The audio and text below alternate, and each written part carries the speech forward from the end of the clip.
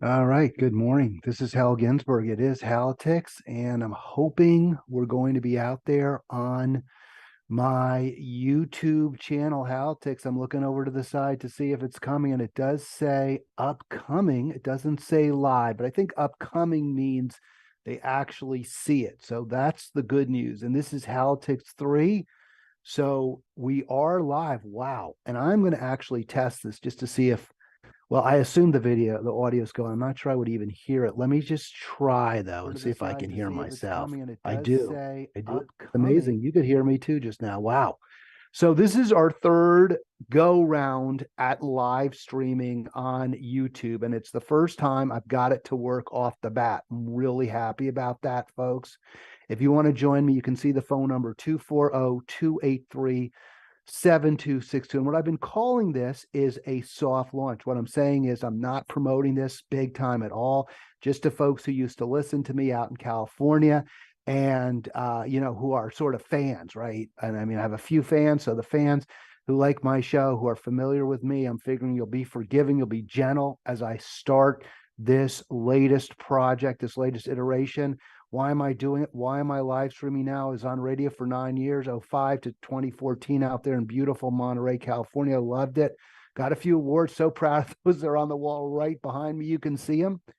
And I want to keep going. I want to keep doing it. I've been actually national coordinator for our revolution for 3, 4 years, traveled around the country, tried to move us to the left through organizing, through coordinating, got a lot out of it, enjoyed it. Think we made some successes. We had some projects we're very proud of. I want to move on. I want to do something else. And in fact, I've never found anything I love quite as much or even close to as much as talking to you. So that's what I'm doing right now. I'm taking this opportunity I'm fortunate enough, I'm privileged enough, I'm at a place in my life where I can devote myself to live streaming. And I'm hoping to build this. You are watching me or listening to me on YouTube live at this moment. And I hope you'll click subscribe. I hope you'll click like. We got to get those subscriptions up. That is the algorithm that drives how many people see it. It's kind of the virtuous circle, right? The more people who click like, the more people who subscribe, the more people who will see this live stream. I called it a soft launch. I'm not expecting big numbers, at least not to start out. I think we all have eyes that are sometimes bigger than what we can actually gather. So, I don't know where I'm going to be in 3 months, 6 months, 8 months, a year, but I'm hoping to see those subscriptions keep going up, and then there'll be more hell. And I do think what I'm doing is valuable. We're different than any other video cast out there. We're live. There are others. We're not the only live one. We're taking your calls. Others take your calls, but this is a dialogue. This is about coming together to find solutions to our problems, to the world defining problems, right? The struggles that we are seeing across the board for ourselves, for our families, for our children and grandchildren. And I read on Facebook the other day that no one under 20 is optimistic. And I found that a little bit funny because, funny, not ha ha, but funny, really, because I am more pessimistic at just about 60 than my kids who are in their early 20s. They seem, and I get it, right? They're starting their careers. They graduated from colleges. They had good experiences at their alma maters, and I see no reason to hide that. I mean, I talk about school sometimes. So one graduated from Georgetown, very proud of him. The other from the University of Maryland, very proud of him. They both got careers going, one in journalism, one in education, and it's great. And they seem to love it. So I can see why they're optimistic. I'm looking perhaps at from an advanced age at a bigger picture, at a more depressing picture, at a picture of a world as I see it that frankly is dying from the climate catastrophe caused by human beings, dying from the war, the endless wars, and dying from a failure on our part as human beings to empathize sufficiently. We can empathize with others, but I don't think we empathize sufficiently with others, and I don't think we're willing and able to acknowledge our role, our responsibility in the problems of the world. So there's a picture of two very powerful men on this page here, and I've been talking a lot about the Ukraine war and how I don't absolve in any way the United States of responsibility, of culpability, how I don't think that our continuing to engage Russia in what is absolutely a proxy war, where we are financing the Ukrainian forces, we are financing high-tech weaponry, we're giving it to Ukraine, basically, or at very, very low prices. Now, when I say we, it's not the weapons manufacturers. It's not Raytheon. It's not Lockheed Martin. It's you and I. We are paying for the weapons of destruction in Ukraine that are causing this war to continue, more endless conflict. It is a war, ultimately, I believe it's proving to be to the last Ukrainian. And, you read the horror stories, and war is ugly. And the Russian forces are taking out their anger, their resentment, their aggression, their bitterness at having to be there on Ukrainians. This is what you have to expect. We need to be fighting tooth and nail for peace. And I apologize. I get these itchy ears. I apologize. I had to scratch that a little bit. Also wish we had a little bit better video. If things start to pick up, and by the way, click that like, click that subscribe so I can get better headset, or actually, I don't know. My headsets are good. I like my headset. I don't have a problem with headset. Better, what am I looking for here? Better camera, right? Better lighting. And I do need better lighting.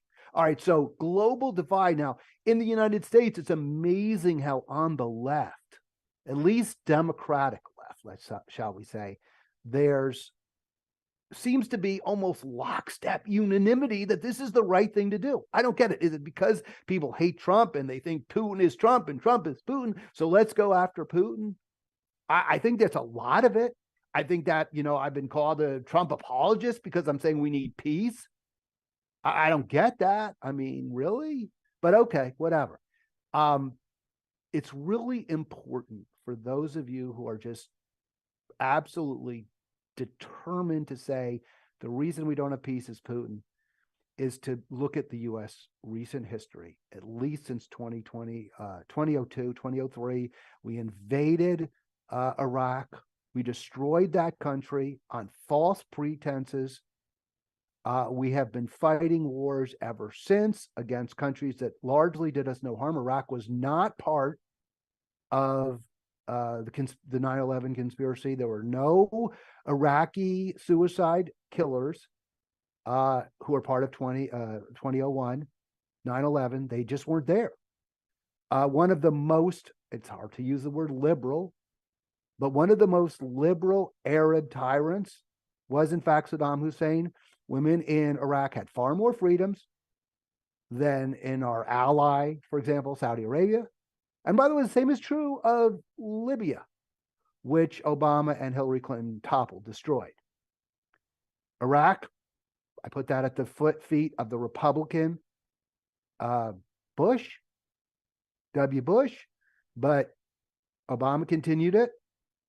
Clinton continued it, and she had the power to do so. And the result has been absolute disaster. And we are viewed around the world as untrustworthy, as a bloated elephant trumpeting through the canebrake, trampling on everything that comes in front of us. So it is not a surprise that the global South is embracing to a degree, or embracing literally, Putin. They may not like him. They may not have any trust for him. But as that headline says, and I hope you can read it, it's a little bit small. Russia capitalizes on disillusionment with the U.S.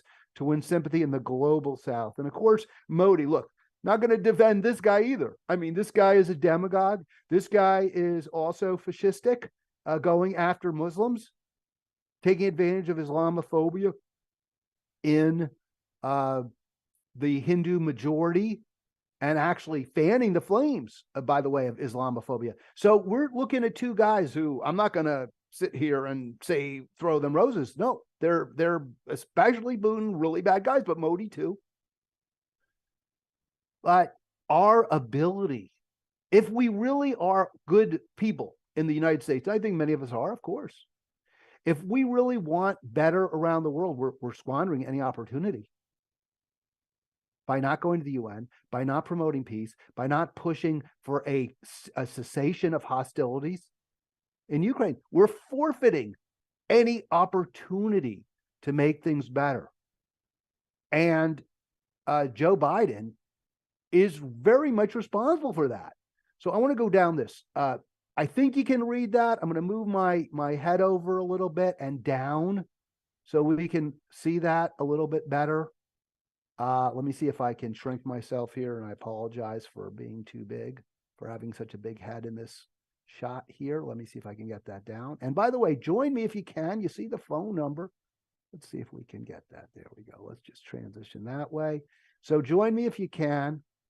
And 240-283-7262. Let's see if we can make things even better. So what I really like about this graphic, and we'll start with the graphic first, is that the people, the countries that are backing Ukraine are all global north, right? Well, Australia is far south, but it's a fully developed, industrialized country along with New Zealand. And by the way, some of those countries are pretty lukewarm. France is not huge on this by any means. Macron has pushed back against supporting Ukraine, but they are part of NATO. So that's where that comes from. You see Japan and also Taiwan, which I think, by the way, is a mistake for Taiwan. You can see Taiwan.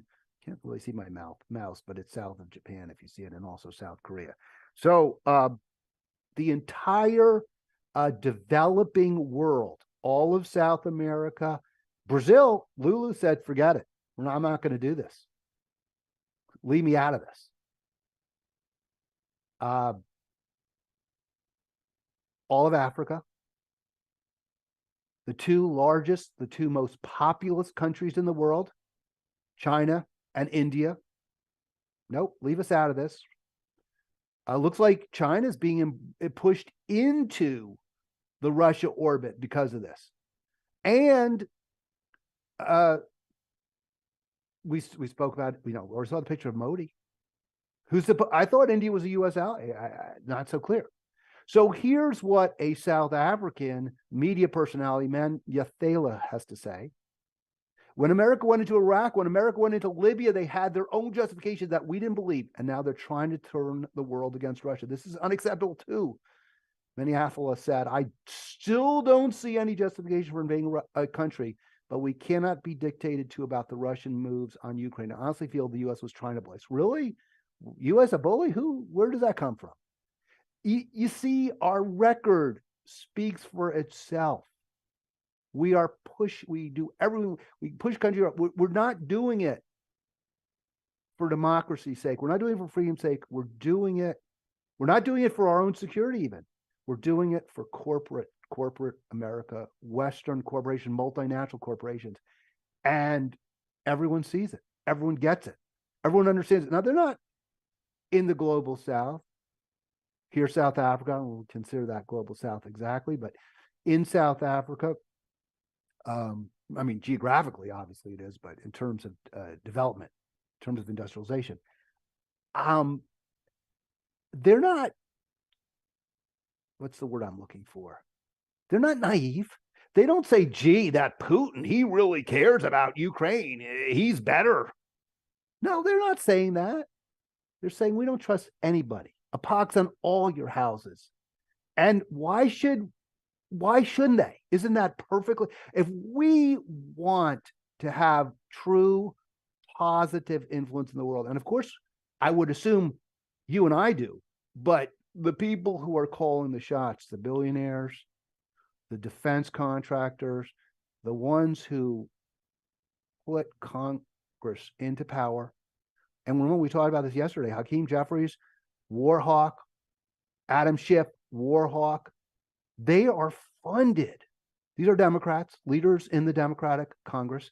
Their funding comes from Wall Street, which is profiting handsomely from all the tax money being poured into the munitions corporations. They're profiting handsomely from our enormous tax deficit, our budget deficit. the government debt that keeps climbing and climbing and climbing with no stopping, failure from both parties, a refusal to tax the wealthy at anywhere near the rates they should be at, ongoing reckless, bloated Pentagon budget with billions lost, completely unaccounted for, nobody going to jail, nobody held accountable. Gee, I wonder why, when that's where we spend our money, not on foreign aid, not on peace, not on addressing the climate crisis, we spend it on military, we spend it on ripping up the land to get at the oil, to get at the resources underneath it. Gee, you wonder why people call us bullies. What a shock. I can whine, I can complain, I can run my hands. You know what we need to do? We need to figure out a way to change the entire political dynamic so the people come first. Is that going to happen? I'd like to know. Call me 240-283-7262. 240-283-7262 as we continue our soft launch on Halitics. I'm Hal Ginsberg. I think we're going to start to move a little bit more in a direction of more aggressively marketing the program within the next week or two. I'm going to try to get even better graphics. I think these graphics aren't bad, though, and I love your feedback, your comments on it. But for now, talking to a select few. All right, let me continue with what I've got here. So I talked about this yesterday, right? This is a video I showed. I'm not going to play all of it, but I want to play it again. This is your Fox folks here, and the guests are two residents, and before I play this clip, of East Palestine, Ohio, just west, and I got to get my direction straight, just west of the Pennsylvania line, where there was a terrible derailment. Norfolk Southern train, 100 cars, more than half of them with chemicals. There was a big fire that resulted a lot of toxic fumes, a lot of poisons going into the ground. Now, this happened 3 weeks ago. The problems continue. The fallout continues. What I want to say about this is this the world's greatest tragedy? No, it isn't. Very, very thankful. We're very thankful that there are no deaths. But for the folks who live there, the water's tainted. Obviously, there are many make their living in agriculture. The grounds are tainted. It's a very, very serious problem. And this is why, and I'm going to play this. I'm going to play this, and we'll show another. Now, I played this yesterday, but I'm going to play it again. In my opinion, this is why Democrats are not a huge part. Now, policy trumps everything. In the end, what matters is the policies that you pursue. That's in the long run. You pursue policies as a party, as a leader, that lead to more equal wealth distribution, that lead to less poverty, that lead to more jobs, that lead to more economic security, that lead to a society where people feel that they can get ahead. Even if they don't get ahead, they won't fall too far. There aren't big cracks to fall by. If you create or you promote that society and you move us in that society, those are your policies, then you win. So in the end, policy trumps everything, but it's not only thing. And in the short run, visuals matter a lot. Empathy, demonstrating it matters a lot. We know the Democrats have a huge problem in the heartland. They cannot win. Ohio's basically a red state now. And this, by the way, and you might say, if you're a total practitioner of realpolitik and you don't care about anything but winning elections, so we lost Ohio. Why go there? It's just a waste of time, right? Why spend my time in a state where I can't win, right? That might be your attitude. Well, I'll say a couple things. It's not clear you can't win in Ohio, but there's also a neighboring state that we're doing pretty well in, Pennsylvania, with John Fetterman, with Josh Shapiro, but there are a lot of Republicans. It's definitely a teeter-totter state, Pennsylvania, and that's right there on the line. That train derailment was within less than a mile, I believe, of the Pennsylvania line. So If you don't even care about the Buckeye State, well, go into the Commonwealth, the Keystone State, or go to both places, Joe Biden. And I know it's not the worst tragedy. It's not like a hurricane where 150 people die because of ever more powerful storms due to the climate catastrophe. But this is a big, big catastrophe for East Ohio. And here's the reaction they're having to you in East Palestine. I can repeat. He said, with the president being in Ukraine today, did that surprise you? Absolutely. That was the biggest slap in the face. That tells you right now he doesn't care about us. So agreed. He can send every agency he wants to, but I found that out this morning in one of the briefings that he was in the Ukraine giving millions of dollars away to people over there, not to us. And all right, so millions. I'm going to go with billions, right? I'm going to say it's billions, but regardless, it's a terrible look. It's a terrible look. They gotta come up with something else because it's just not working to be so focused. I mean, from a political perspective, it's wrong from a moral perspective, but from a political perspective, it's disastrous. That's how we lose, folks. Let's see if we can get to the next. He said, with the president being in Ukraine today, did that surprise you? Absolutely. That was the biggest slap in the face. That tells you right now. One now. of the little bugs I'm facing with this is how do I get to the next slide after I play a video? Because usually you can just press a click and you get to the next video. But so again, this is the soft launch. Let's see if we can get to the next slide here. There we go. So maybe I would press down. So I mentioned, and let me see if we can get that whole slide there too. So look at that slide. And you want to win, right? You want to defeat Trump. Trump is the great evil. Well, why then? Why wouldn't you? Why wouldn't you go to East Palestine? Look at that. Trump visits East Palestine, seen draw conflicts with Biden. How is that in the New York Times? This is from, I believe, today.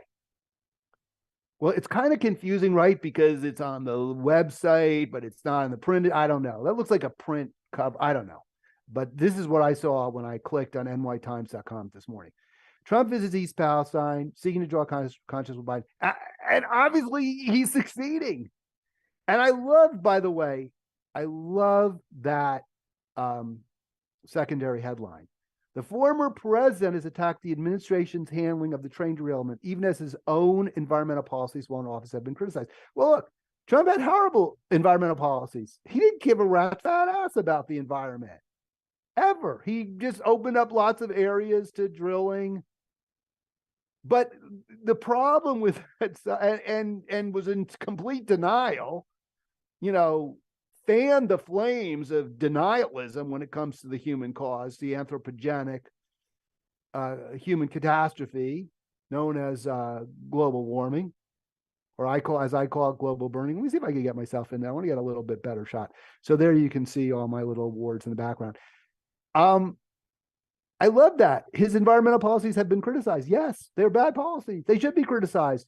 But it's half the story because the Democratic policies are terrible too. We talked about this yesterday. Biden opening up that Willow Creek area in northern Alaska for drilling. The Democrats bragging about making America the #1 oil exporter in the world. The quote, free, unquote, trade deals that destroy, right? They're tearing up the seas with the diesel container ships and the jets flying north-south, carrying your fresh fruits and vegetables so that you can have your, and I mean, I like them too, those Peru blueberries, man. I like them in my pancakes, but it's terrible for the environment. So, to say, well, Trump's are bad, so are Biden's. This is your New York Times, but they're not going to go after both parties because they've got to be on the side of the corporatists. That's who advertises in the paper. That's who ultimately has the say. So you're not going to get the truth or only part of it. If you read the New York Times, you'll get a lot of truth about how bad the Republicans are. I think sometimes they overstate it. They get things wrong. There's no question they do. Sometimes they didn't used to. Used to just read about, oh, there's all the weapons of mass destruction. Iraq's buying yellow cake uranium in Niger. Isn't that what they told us before? So don't. They're not. No, they're not. Nobody's trustworthy. I'm not even. I mean, I like to think I am. I think I'm a little less financially interested. I'm not in the pocket of corporate elites, but I've got my own bias. So, obviously you have to come to your own truths. But what we learned in law school is if you have a financial interest, the best way, let me put it this way, the best way to discredit any witness is to show they have a financial interest in getting you to believe something that isn't true. So if they're a doctor who's being paid by the plaintiff to get you to believe that the plaintiff is got some very, very serious injury and will never walk again because the defendant ran them over, it might be true, not saying it isn't, but the doctor who's getting paid long after the accident occurred by the plaintiff's attorney may not be quite as credible as the emergency room doctor who just treated somebody who came in and says, yeah, it was a routine fracture. We said it. Came back once. He was recovering nicely. Never saw him again. I don't know. That ER doctor to me is more credible than the one who gets paid by the plaintiff's attorney to get you to believe that the plaintiff will never walk again. So when corporate media shows you all those ads by the Petroleum Institute and by Big Pharma, and they're telling you we can't afford Medicare for all, and we'll never be able to make it work with a clean green economy. Yeah, I'm not believing them. And the same with the politicians that they fund. All right, let's go to one more. I want to do my feel-good story. We're going to try to do this as part of the Ginsburg show, the Halitics show, is to have a feel-good story each day. And yesterday, I really liked my feel-good. I liked my feel-good story better yesterday than I do today. I mean, from a feel-good standpoint, not from a global standpoint, but from a feel-good story standpoint, I really liked yesterday's feel-good story, which was about Flacco, the eagle owl, beautiful golden feathered owl in its chest. Like as it puffs out its chest, you see those beautiful golden and blue feathers, or dark gray. They kind of have a blue tinge. Beautiful owl, Flacco. And I'm so glad Flacco's doing well, flying around Central Park in New York City, eating rats. What could be a better story? What could be a more feel-good story? So this is a feel-good story if you live in Ecuador. It's a feel-good story if you care about maybe a juster world. And you see their progressive forces sweep local elections, dealing blow to right-wing national government. And that right-wing government, supported by the military, there, obviously, that right-wing government trying to get arrogate more power to itself, get the power to deport or extradite citizens, Ecuadorian citizens, like if the U.S., for example, seeks an Ecuadorian citizen on charges of terrorism, the right-wing president wanted to have the power to say, okay, you're one in the United States, get out of here. You go to trial there. And the people of Ecuador said, no, not at all. You're an Ecuadorian citizen. The Ecuadorian courts are well equipped to mete out the appropriate justice. I completely support that decision. I don't think American citizens should be extradited, except under very specific circumstances. I don't think Ecuadorian citizens should be extradited from Ecuador. And there were many other referenda that the military junta that currently is running Ecuador to a degree. Now, obviously, they don't full power because they didn't win these referenda. And that is really good news. Also, local government in Ecuador reverting to socialists, more progressives. The military right-wing junta there and maybe Hunt is it's a little too strong, but the right wing affiliated government has implemented austerity programs, cutting back spending for the poor, cutting back on jobs programs, cutting taxes on the wealthy, and it's been a disaster, as anyone would have predicted. And fortunately, there's enough democracy left in Ecuador that they're able to push back and hopefully regain power for the people in that nation. So there's your feel good story. It's at 11:30 now. This program is supposed to run until noon. If I'm going to carry the ball, I'm not going to go a full hour. It's just too hard. So I got to get calls if you want me to continue. I will also start taking having guests on, and you'll see the guests. By the way, when I have guests, you will get to see the guest. I'm going to try something here. Let's see if this works. So let's see. So there we go. Let's see. I'm going to transition to a full screen. So now you can see me. So we are going to transition at some point to a program that includes guests, not every day, but on many days as we get into more controversial takes, more controversial issues. I will try to get on guests who will present a viewpoint that is not my own, but maybe in many instances closer to your own. With that, I wish you a great day. I wish you a great February 23rd, 2023, and so excited to be back.